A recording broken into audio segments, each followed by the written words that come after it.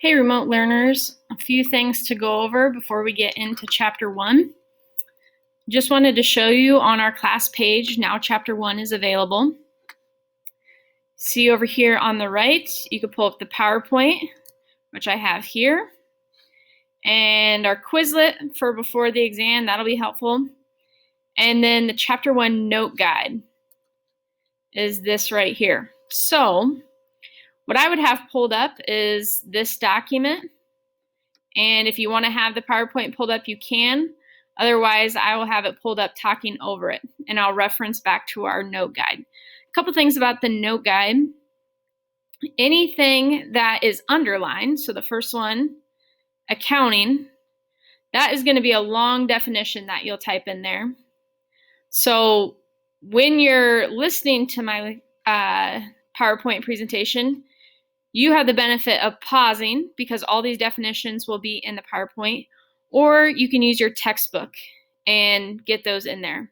What I recommend to the students in class, because they can't just pause me as much as they would probably like to, they leave these definitions blank and fill them in after class using the textbook.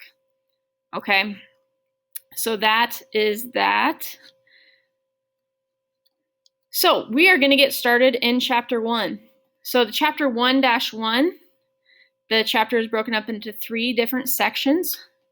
We'll do 1-1 today in this video. So 1-1, we are going to describe the different users of accounting information. So who is going to be looking at the financial statements we prepare, and then prepare a net worth statement and explain its purpose. So if you're following along with your note guide, those would go right here, Learning Objective 1, Learning Objective 2. So the role of accounting. Data must be recorded in reporting and accounting reports. Then that information can be provided to business owners, managers, investors, and others. So all of the work that we're doing, that may go directly to the owner of the business, or maybe if you're at a larger company, it might go just to a manager.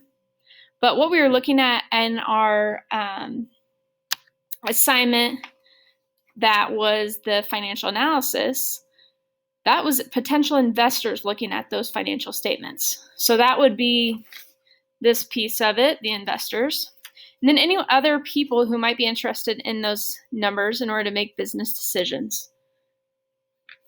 And you'll sometimes hear accounting called or referred to as the language of business, because you can't run a business without having an accountant.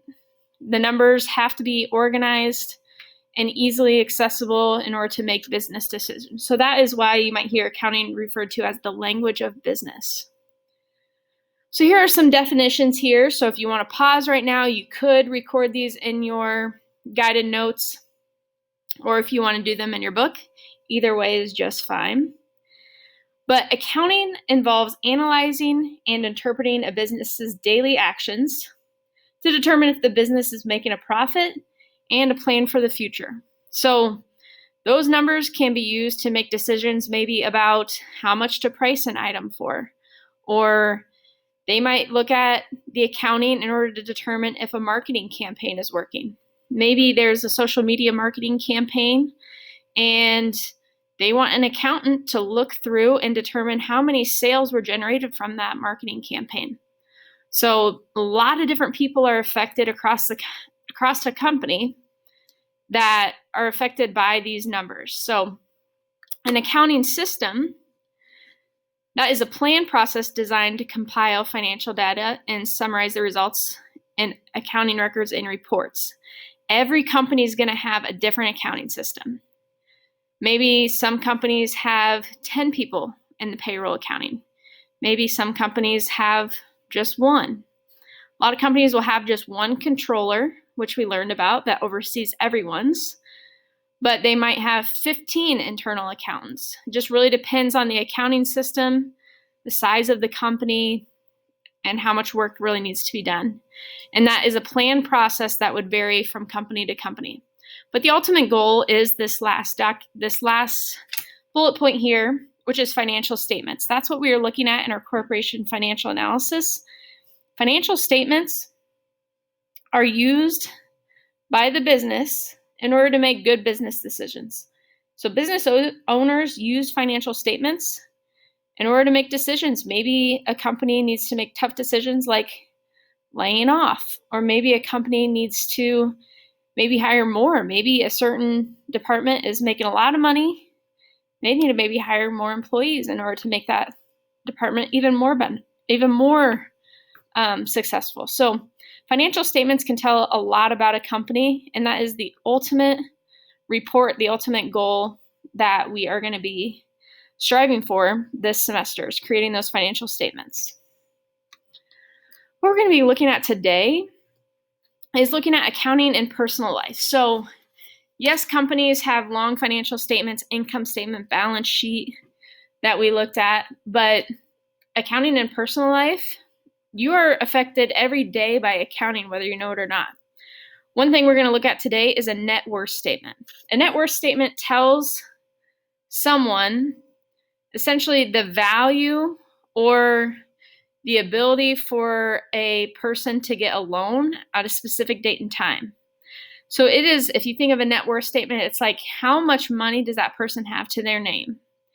So how much money they have, and subtract how much money they owe to different people. So anything that is owned, that's important, that is called an asset. So you might own a bike. You might own your clothing. Those are anything that's owned is an asset. Anything we owe is a liability.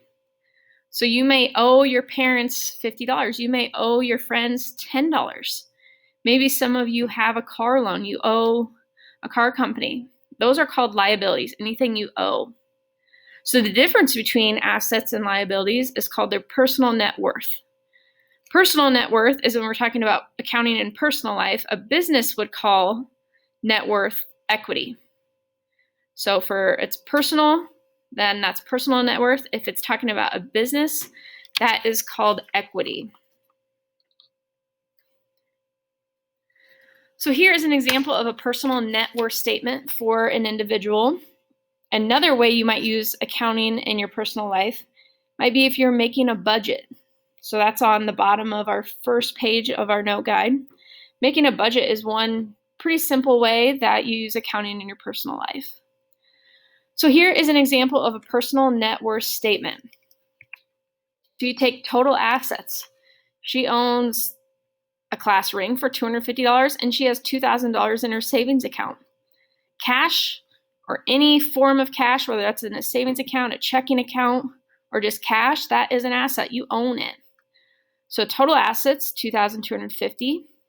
Then we're going to subtract liabilities. Owes $50 to her parents, $125 to an electronics store, for a total of $175. So Sadia's net worth is $2,075. So that would tell maybe if Sadia would want to buy a car, that would tell maybe the car dealership that she should probably not get a car worth a whole lot more than $2,000. Unless she could prove that she has a good job as well. She'd probably only qualify for about a $2,000 car because that is her net worth.